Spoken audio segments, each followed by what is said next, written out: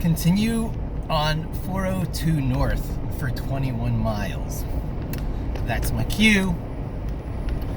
Viewer Zoronoa01, 4 hours ago, comments, not questions. I can listen to the history of computer languages and OS narrated by you all day long.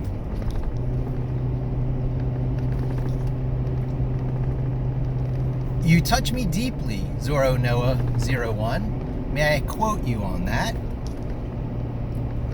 At Mike Levin, I would be honored. 20 miles, you say? 2 phones, you say?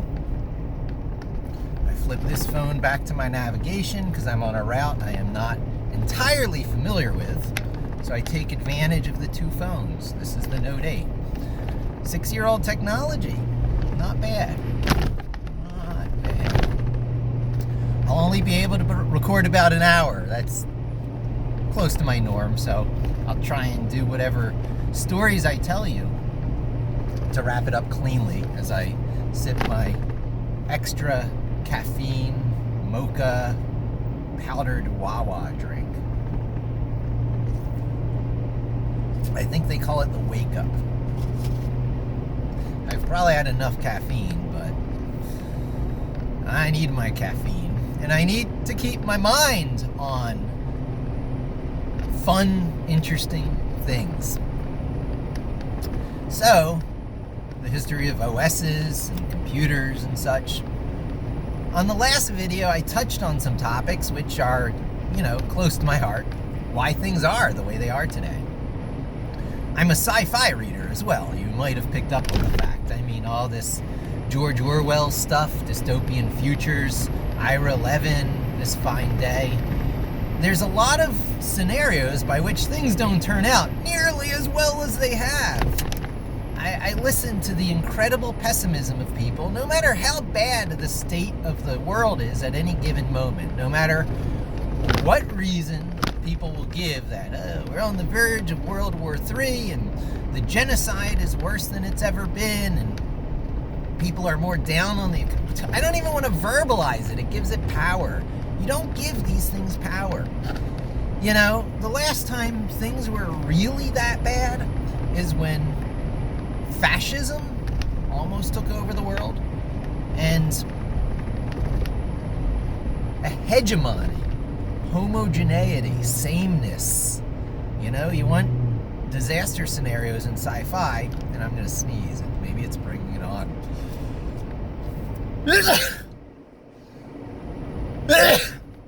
Read one of the great original, again, seminal, important word, sci-fi books, A Wrinkle in Time.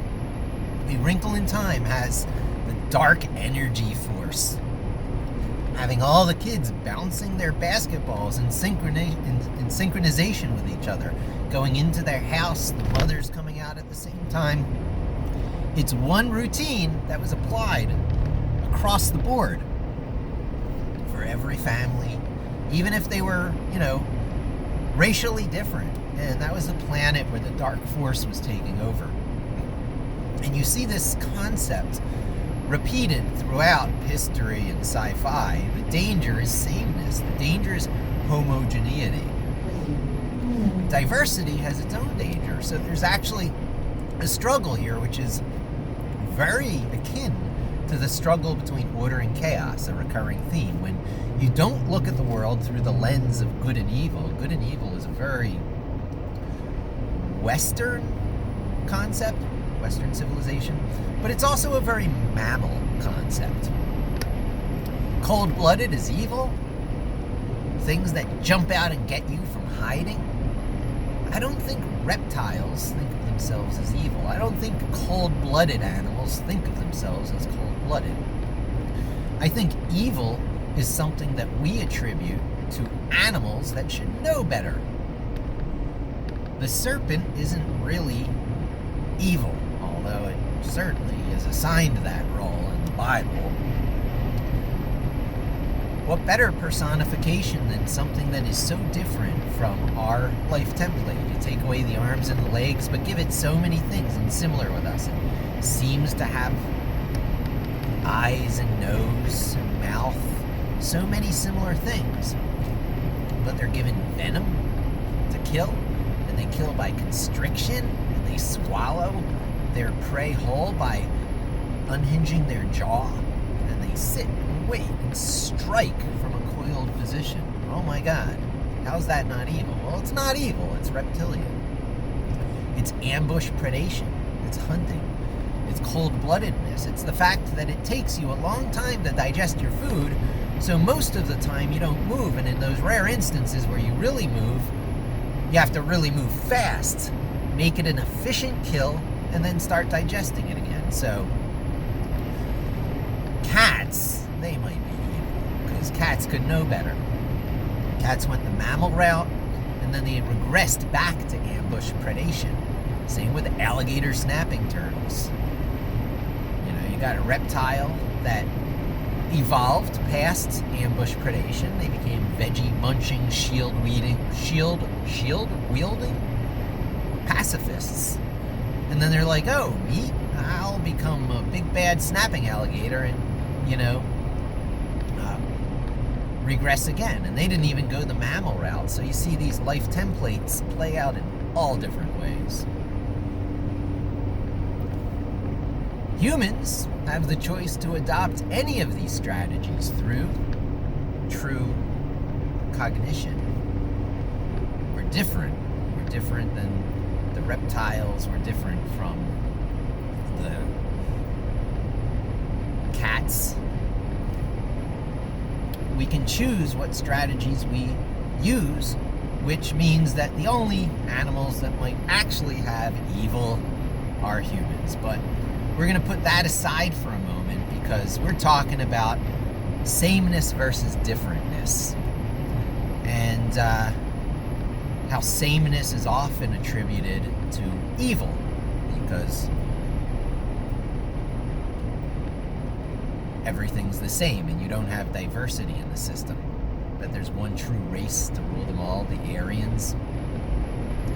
And when you kick out your diversity, it's from those very diverse people you kicked out where the very rules of the game are changed. It's like, whoops, you know, they didn't technically kick out Einstein, but Einstein kicked back pretty hard, right? Bippity boppity boom. So these are the reasons why the world is the way it is today. The battle between sameness, a story. You tell a story. The Third Reich had a story to tell. The story is of the emergence of and dominance, eventual dominance, spread, and stabilization of a sameness. Just like in A Wrinkle in Time, everyone bouncing the basketballs in unison in the yard. A line of, you know, nice house, you know, nice road, just like you'd see in any world. House, driveway going into each house, nice yard in front. Kids are out in the driveway bouncing a ball. All the kids, no matter their color, their race, are all bouncing the ball in unison. Sameness. So another place in science fiction where you see this is Blight Upon the Deep. Verner Vinge. Boy, let me tell you about Verner Vinge. No, I'm not going to tell you about Verner Vinge. He jumps all over the place, and one of the places he jumped was galactic civilization and the rules thereof. And when you have a galactic civilization and, you know, societies and cultures popping up here and there throughout the galaxy, and you got time dilation because time moves differently depending on how fast or how slow you're going. So technically in a rotating spiral arm galaxy, time is moving faster in the outer arms, like where we are, and slower towards the center of the galaxy. It stands to reason. So how would that affect a galactic culture? What kinds of beings would exist at these different depths of galactic, you know, distance from the hub? And sometimes a culture has come and gone, but leaves behind archives. You got to be careful with these archives, because information is everything. Information is a very weird thing, right? People talk about gravity as the last of the ununified forces, of the four known forces of physics. There's the strong force and the weak force of the atom. Various forms of magnetic attraction for electrons, and then protons and neutrons together. I believe the electrons in orbit are the weak force because, they pop up and down in their potential energy levels and in their valence states. So electrons move around. And the bonds that are made between electrons are pretty easy to make and break. That's why you can get your hydrogen and your oxygen out of water by sticking some current into water. And through hydrolysis, the oxygen and the hydrogen separate. It's not too hard. It's the weak force. They separate because the force is weak. And the strong force, not so much. That's the realm of alchemists. You can't turn lead into gold all that easy because, the force between the protons and the neutrons is actually pretty strong, and to break it is not so easy.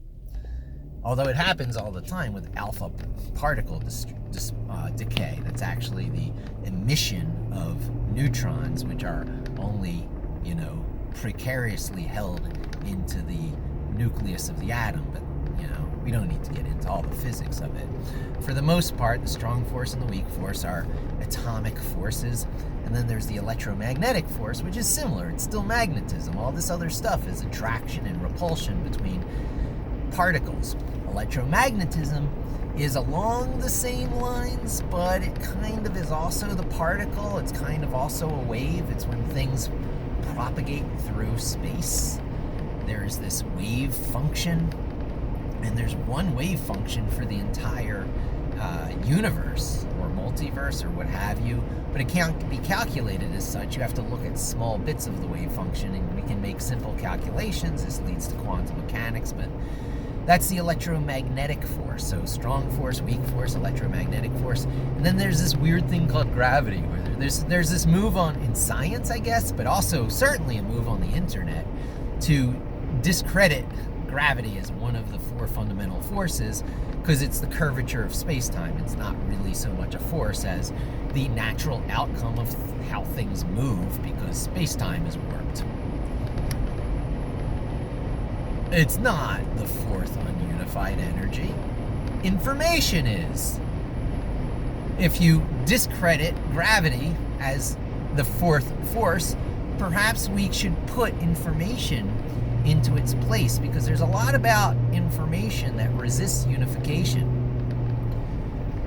So information has some sort of vehicle or substrate, just the way particle-wave duality, particles are,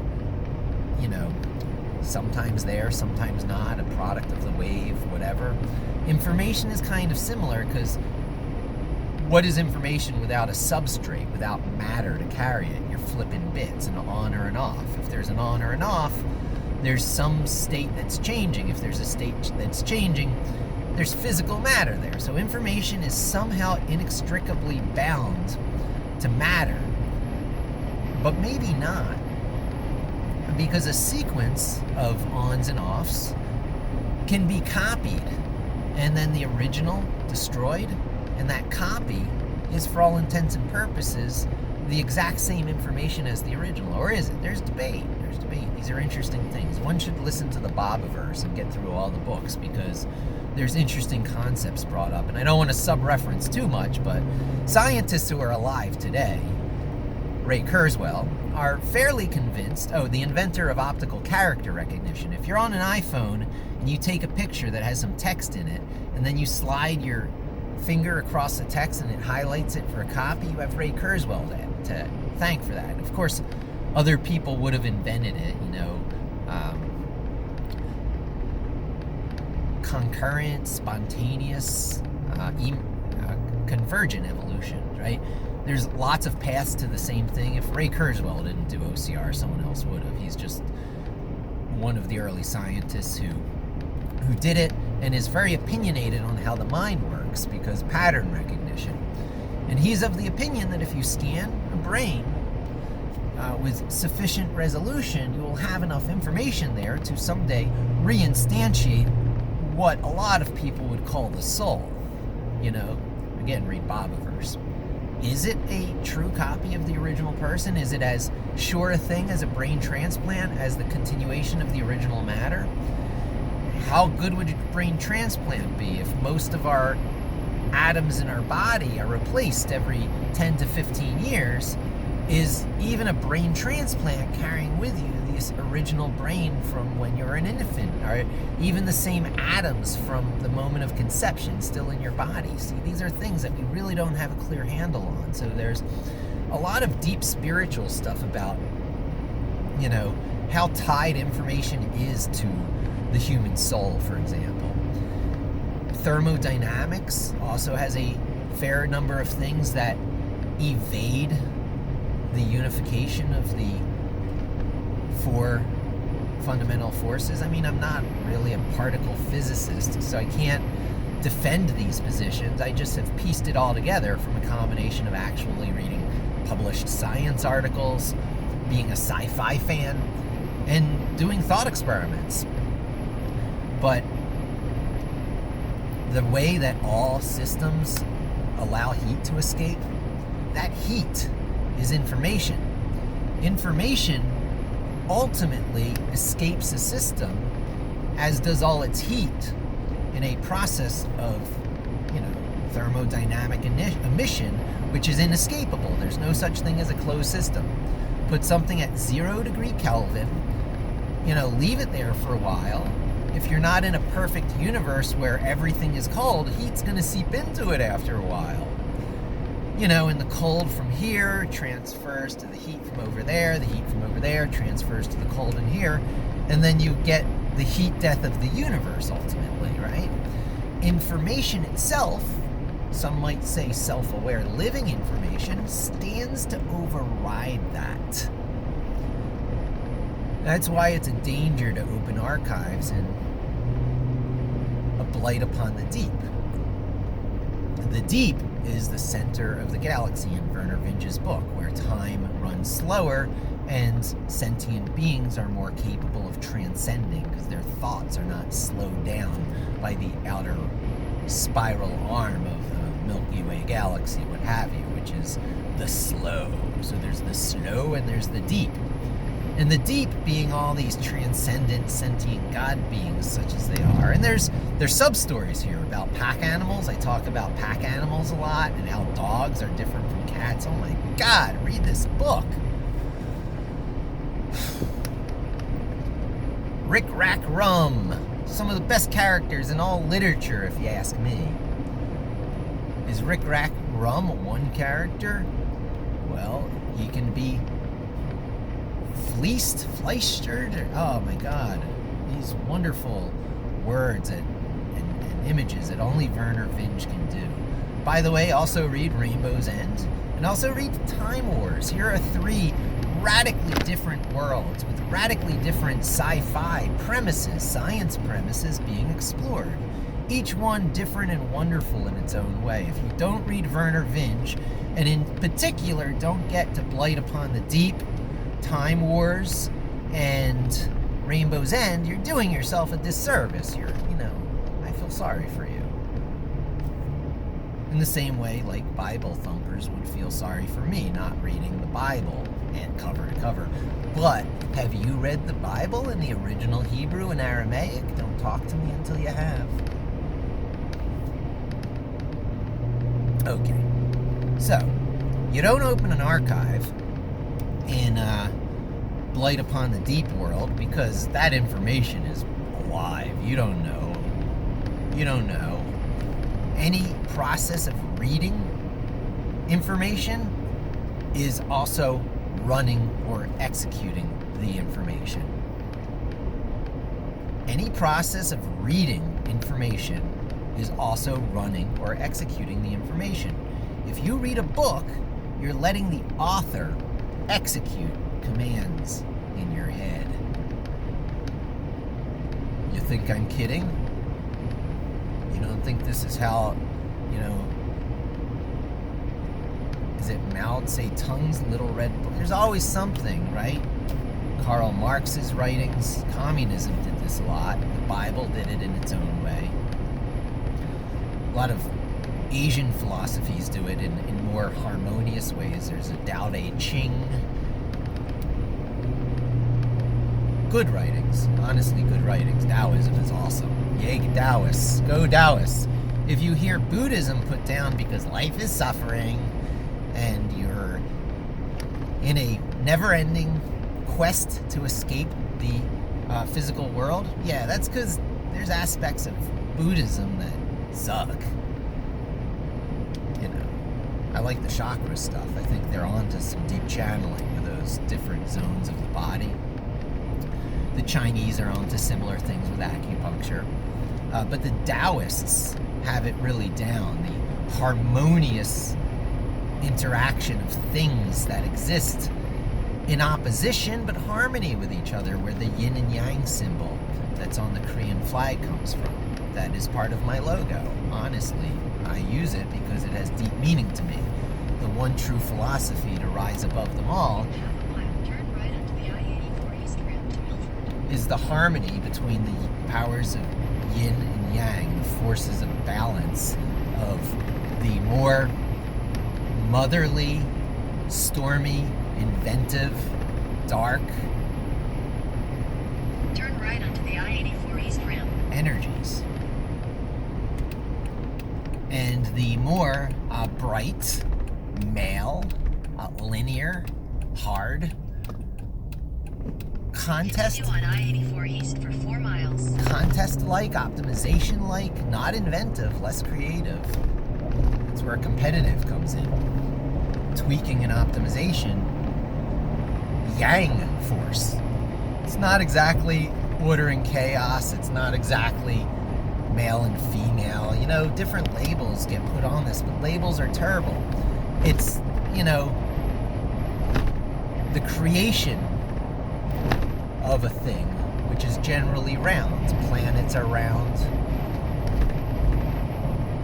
And the occupation of that creation. Pi is the line cutting across the circle. So when you have these two things together, you have the booting of sentience, right? How many creatures on how many planets gained sentience by looking up at their moons and their suns and contemplating the roundness of the moons and the suns, reproducing that roundness through natural acts like taking a stick, putting one end of it in a fixed position, a Y stick, right? This is like a water dowsing rod or whatever. Putting one end of the stick in a fixed position and twirling the other around to make a circle. In the male mind, what's the next thing you do? You draw a line across it.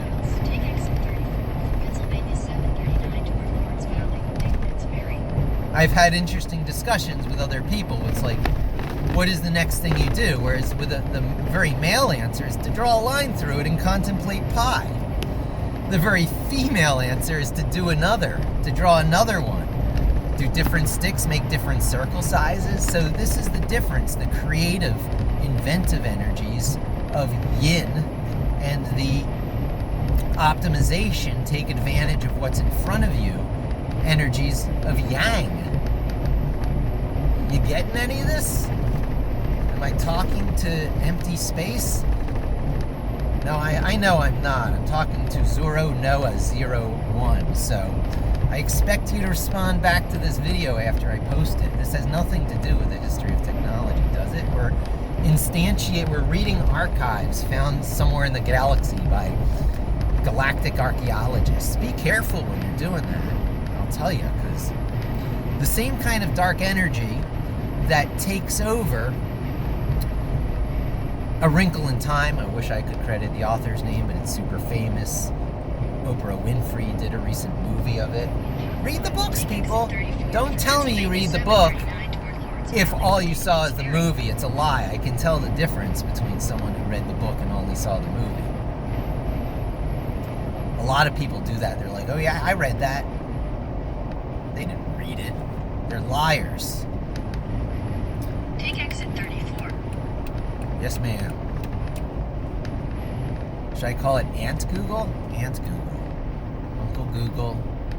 In a quarter mile, turn left onto Pennsylvania 739 North. Will do. Will do.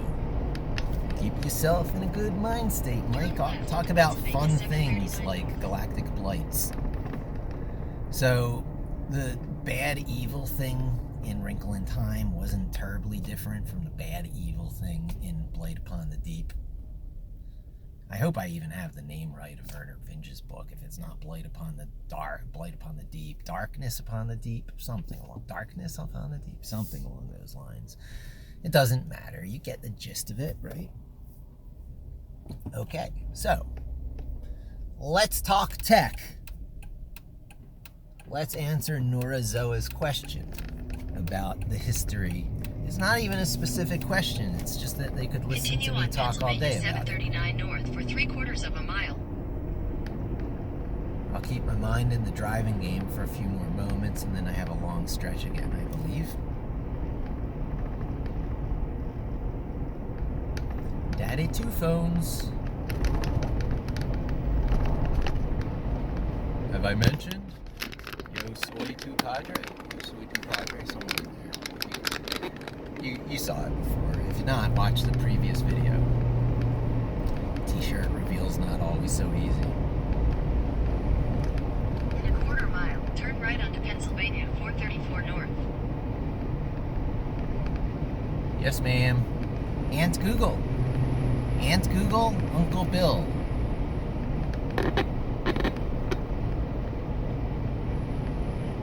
Today's tech. A move Turn right onto Pennsylvania 434 North. towards homogeneity? Well, sure, it's either Unix or Linux.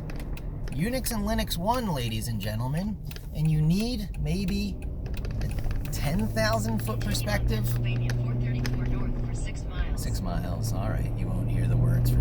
Okay, so 10,000 miles isn't even really all that high up. You're hardly starting to get to, you know, Boeing 747 altitudes. You want to go to 30,000, maybe 40,000? I'll give you the 40,000 foot view. You can start to see the landscape underneath you. The landscape is really much bigger than this, but you got to start somewhere. So we start with the rise of computers when vacuum tubes had to be used. Before that, it was even, right, I talked about Einstein and, you know, striking back at the Nazis with an atomic bomb.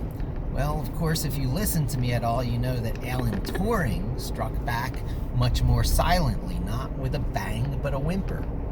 Hollow Men, T.S. Eliot.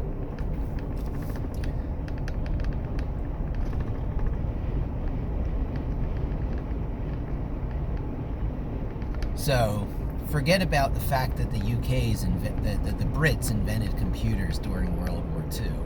And let's pretend for a moment that computers were invented somewhere in Norristown. No, not Norristown. Not far from Norristown. It's Princeton. I'm thinking Princeton. Only I can confuse Norristown and Princeton, trust me. So, computers were invented maybe somewhere in Princeton University by some scientists who put together computers with vacuum tubes. And this is where you hear about the punch cards and stuff. It wasn't even punch cards at this time. It was just connecting wires together, just moving wires around. You would program the computers by changing how the vacuum tubes were connected to each other by moving wires. That's the ENIAC. ENIAC is like the first American computer that starts to resemble a modern digital computer. It's not digital yet. These are still analog devices because they're logic gates. Their switches are vacuum tubes. Anything can be a switch, ladies and gentlemen. Computers can be built out of anything that has kinetic difference between the energy state on one side and another. So if it's going from uphill to downhill, if it has pressure in it, if it's water flowing, if it's ball bearings in a Chinese pinball machine, it doesn't matter. You can build a computer from it. If you can build a switch from it, you can build a computer for it. Water locks of dams and canals are a great model. Photons will do it. So there's optical computers. It doesn't matter. Logic gates. So logic gates are a trick, thunking down the rich, vibrant, infinitely variable nature of reality to on and off. Original lie. We're struggling to deal with that today with quantum computers, but that's a whole nother story. You can't just do on and off. There's all these different spin states that seem to be tied to the nature of existence. So forget old-fashioned binary when it comes to quantum, because it's accepting the nature of reality a little bit more than old-school digital electronics, which worked hard to get it down to on and off, but still couldn't, because before you explicitly set it to on and off, there's this unknown state called null or nil, depending on your system.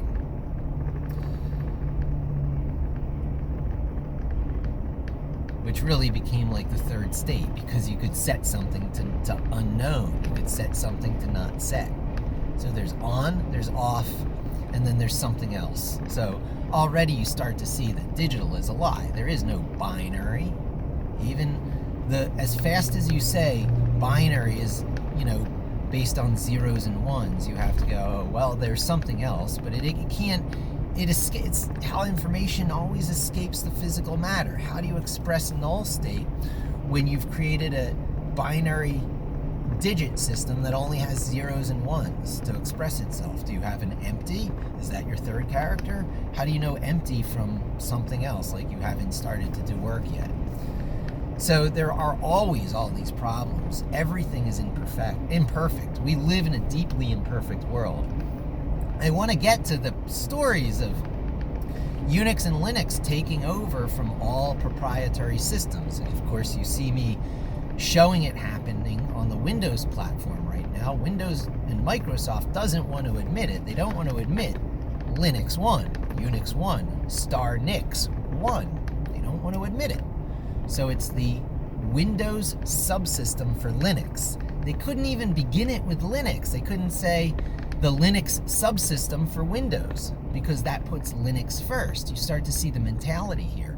These mentalities are reproduced everywhere. Microsoft got it from IBM. Microsoft didn't invent this. Microsoft got it from IBM, who back in the day was calling their operating system on the big computers the compatible timeshare system. Compatible time sharing system, CTS. CTS, compatible time sharing system, was in opposition, was the yang to the yin from MIT at the time, who put out, drum roll please, who can guess? Of course, the incompatible timeshare system. So this is just another one of the sub-stories that I'm not going to allow myself to go on to. Bookmark that one. I'll come back and talk about the compatible timeshare system versus the incompatible timeshare system. Suffice to say that for marketing reasons, IBM names their products, so that after you sold one into the company, you have to remain compatible, so you can only run new things that also run the compatible time-sharing system. The incompatible, I'm getting into the stories. No, back off. Unnest, Mike. Just finish this out about binary being a lie, and that all reality is more or less a lie because the problem of induction. Okay, I've talked about it in other videos. Go Google it. Between the problem of induction and Gödel's incompleteness theorem, you don't know SHI poo. You don't know SHI poo. You don't know reality's real. There is no such thing as objectivity, and no language can be correct 100% of the time, and therefore no tool and instrument is 100% perfect. You go Google Gödel's incompleteness theorem and tell me if you come back with any different conclusion. So, In a quarter mile, turn right to stay on Pennsylvania 434 North. nothing is solidly provable. Therefore, you must take something on faith. Religion has a point. At some point, even if you're atheist, pure hardcore atheists Turn right. are religious in their own way. Dogma, the refusal to have an open mind to other ideas, has deeply religious connotations. That's faith. You have faith in one set of ideas to the exclusion of others. That's religion. So, if you want to believe in anything and you're not a complete, spineless moral relativist, then you have to have faith in something. And I'll go spiritual one last moment before I bring this back to technology. You gotta believe we're in the game with others. That we are not the only beings that exist. And it is not what they call a solipsistic existence. It's solipsism, the belief that it all exists in just our mind. All other people are a part of our mind. It all exists for our own entertainment. No. Give that up. Put that aside. Time check. We can't go over an hour. I'm only 35 minutes in. Yay! Okay. You can't accept that solipsism is real. You have to take it on faith that we are in the game with others, which will let you bypass some other mental traps, namely nihilism, anarchy. If others are in the game with you, and you can have a modicum, a tiny little bit of empathy, if you can put yourself into the mind of other people, feel their suffering a little bit, as mammals must to keep their young alive, if you're at all mammalian and haven't gone completely reptilian, which some of you have, then you will accept the existence of a stage of some sort on which multiple entities, beings, coexist. Even if our sentience is an emergent property of matter, even if you're not religious about the soul and all that, you will still acknowledge that these emergent beings or sentient units or blobs or whatever you want to call them are sharing a stage, and none has any more right to it than the other. And when these creatures feel something like pain unnecessarily, it's wrong. And that something like the golden rule must be an objective truth. Do not do unto others as you would not have them do unto you. First, live and let live. If their way of being does not detract from your way of being, you let them live the way they wish. What business is it of yours to pass moral judgment? That's why the golden rule is wrong. Do unto others. You don't do unto others. You do not do unto others as you would not have them do unto you. Again, read Bobiverse. Get up to the most recent book, Heaven's Waterfall, or I don't know, something like that, with the Perry the Platypus beings. Really, you ought to check it out. Okay, so sharing the stage with others. Is every one of those others going to be identical to you? No, it would have no interest. There would be no surprise. Difference is important. There's no point being there if everything is the same and there are no surprises. You would lose interest in life. You would be, what is the point in life? There has to be variation. There has to be differences. There has to be surprises, delight, things that one way or another you can call happiness, moments of joy in life. Love actually makes the world go round.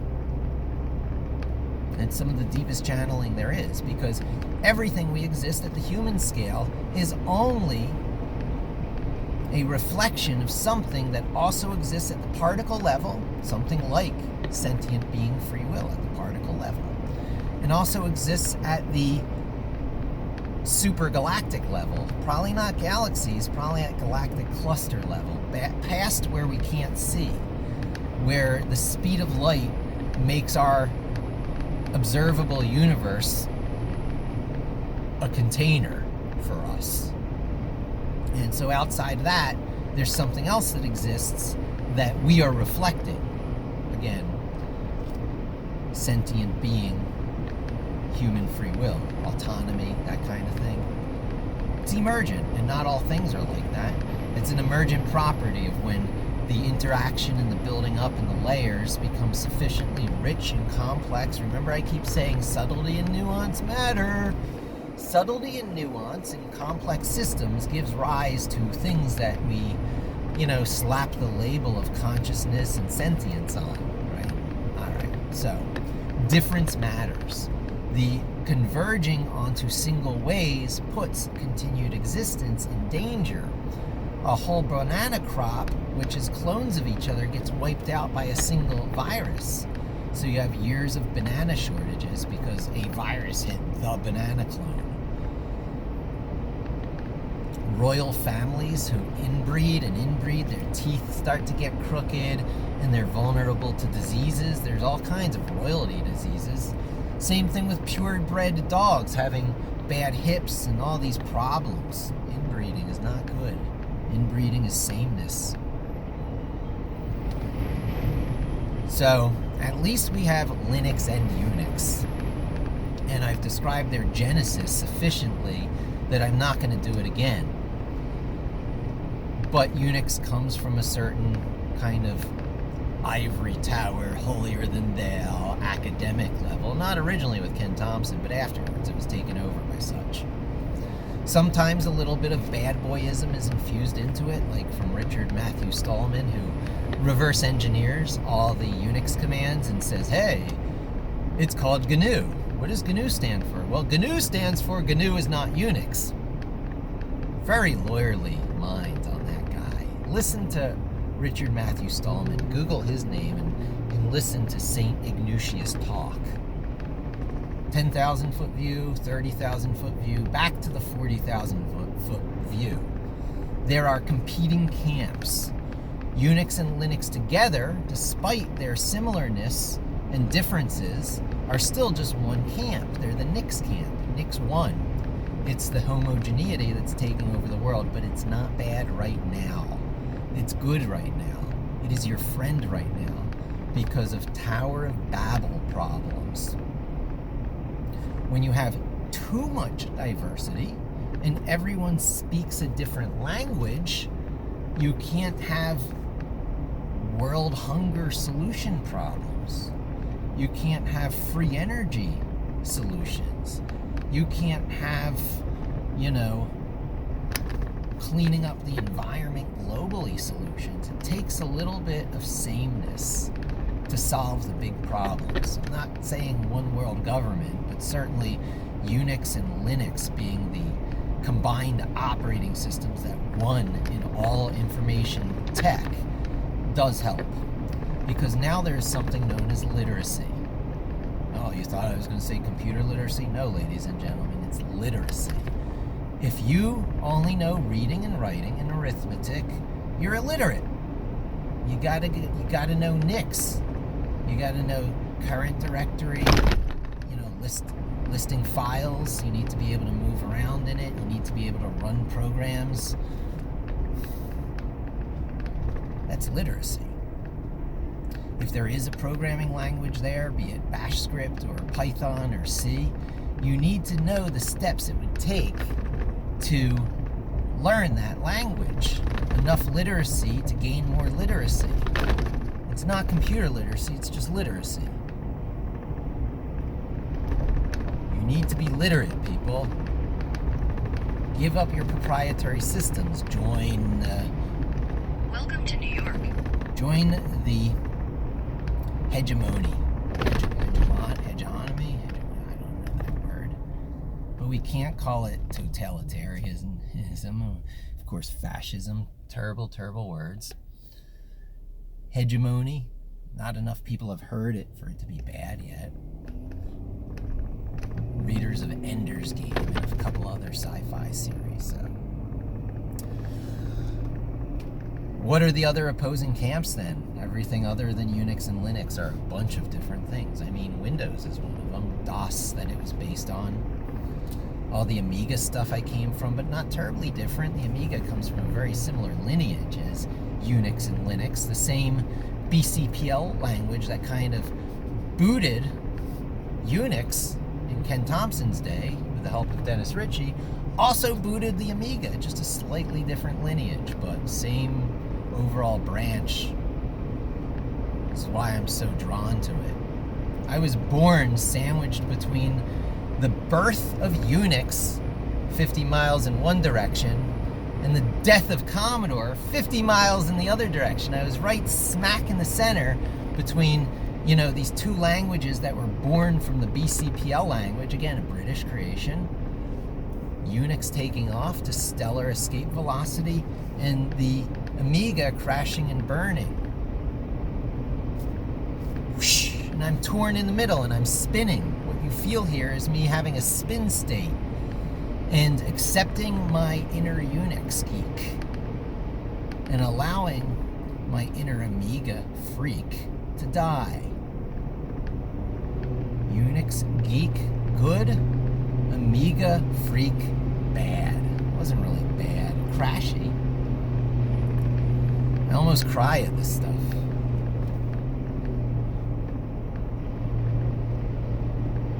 So what are actual other lineages? Well, the incompatible timeshare system from MIT, the compatible timeshare system from IBM, Multics from Fernando Corbato.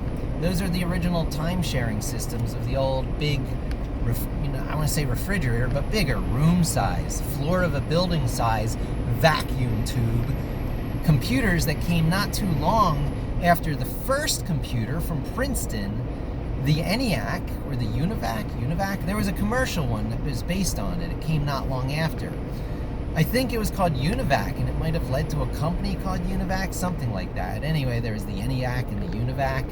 One was tied to Princeton, the other was tied to one of the early commercial computers, which then led to like IBM computers. Those were business machines. A company that made office supplies was like, oh, we can make those. We can put vacuum tubes into a big shelf and wire it up correctly and put a punch card reader and writer and, charge millions of dollars for it and have the holy priests. I see computer operators in these days were really like priests attending a temple. Read Hackers, the Heroes of the Computer Revolution by Stephen Levy. Hackers, Heroes of the Computer Revolution by Stephen Levy, okay? Do yourself a favor. I'm getting close. I'm at 47 minutes. I'm going to have to wrap up. So we've gone from science fiction to real computer history in a chapter I would call When Computers Were Big, the Dinosaurs. If these mini computers, microcomputers were the dinosaurs of the age, we're working our way towards the mammals, the IBM PCs. IBM PCs are the mammals. I guess today's brand of ARM computer is something that comes even after the mammals, but the asteroid is about to hit, the meteorite is about to hit Earth, kill off the mainframes and micros. There's some computers out here that are very important at the time called the PDPs, PDP-7s, PDP-11s. The PDP-11 in particular was important because one of the first complete implementations of Unix was on this refrigerator-sized computer called the PDP-11 from Digital Equipment Corporation, first search engine, by the way, so it starts to get into my field and my career. Where did popular search engines come from? They came from Digital Equipment Corporation, the company who made these refrigerator-sized computers. Not to be confused with Digital Research, another part of the story, but Digital Equipment Corporation, DEC, D-E-C, put out the PDPs.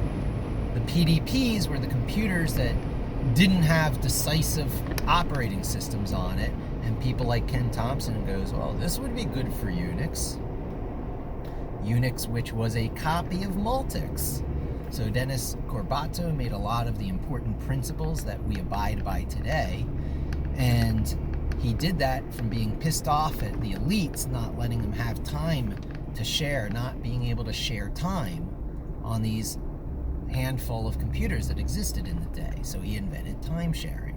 Time sharing got taken over, infected, corrupted by corporate America, General Electric, Bell, Honeywell.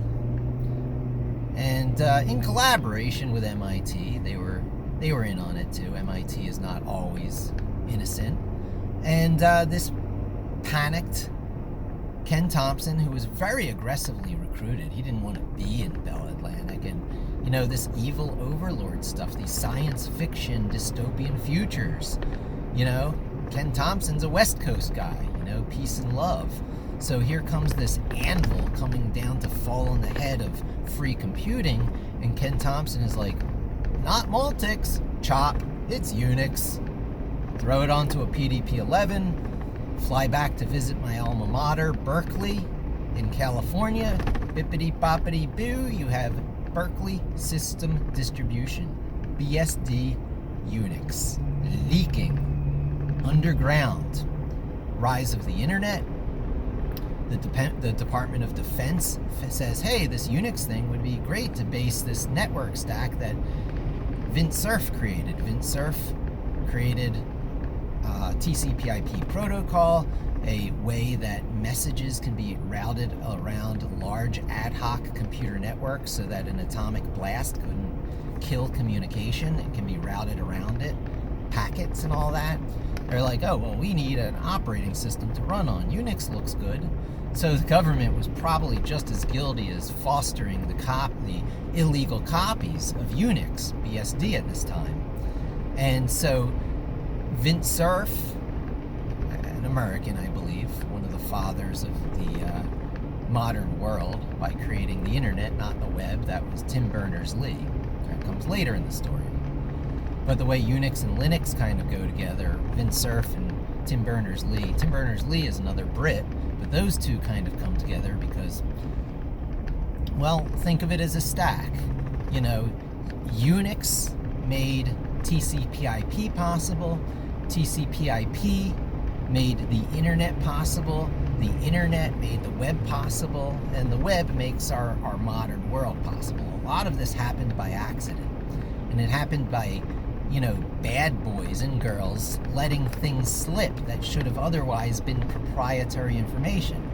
Al Gore did not invent the internet, but he was one of the politicians who got it, and he was completely undercredited for his role in freeing the Department of Defense's ARPANET at the time to become what we know as today's internet. Yeah, Al Gore kind of invented the internet, people.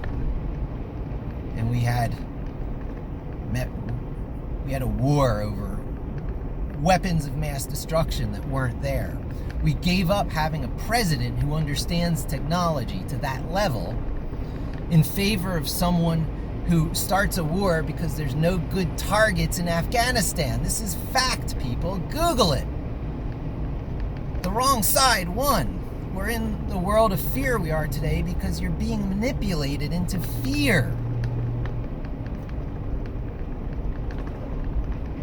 Fear helps maintain the social pyramid of a sort very similar that dystopian sci-fi makes very clear. Orgy Porgy, Aldous Huxley. Read it. Brave New World by Aldous Huxley.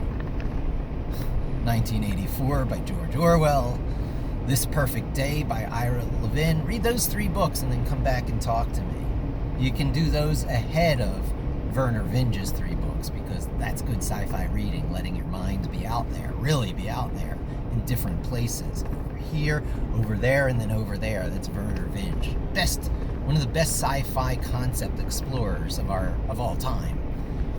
But then there's George Orwell, Aldous Huxley, and Ira Levin. Levin.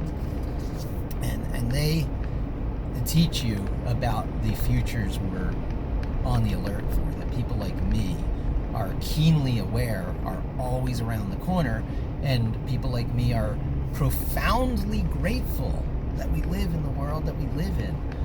The technology acceleration hockey stick curve is still happening and hasn't destroyed us. We have gotten through at least one known filter event, the generation of atomic energy, releasing the power of the atom. Survived it. We're not particularly good stewards of our planet. We're kind of screwing that up. But you know what? Sufficient free energy, creativity, and fair distribution of information, resources.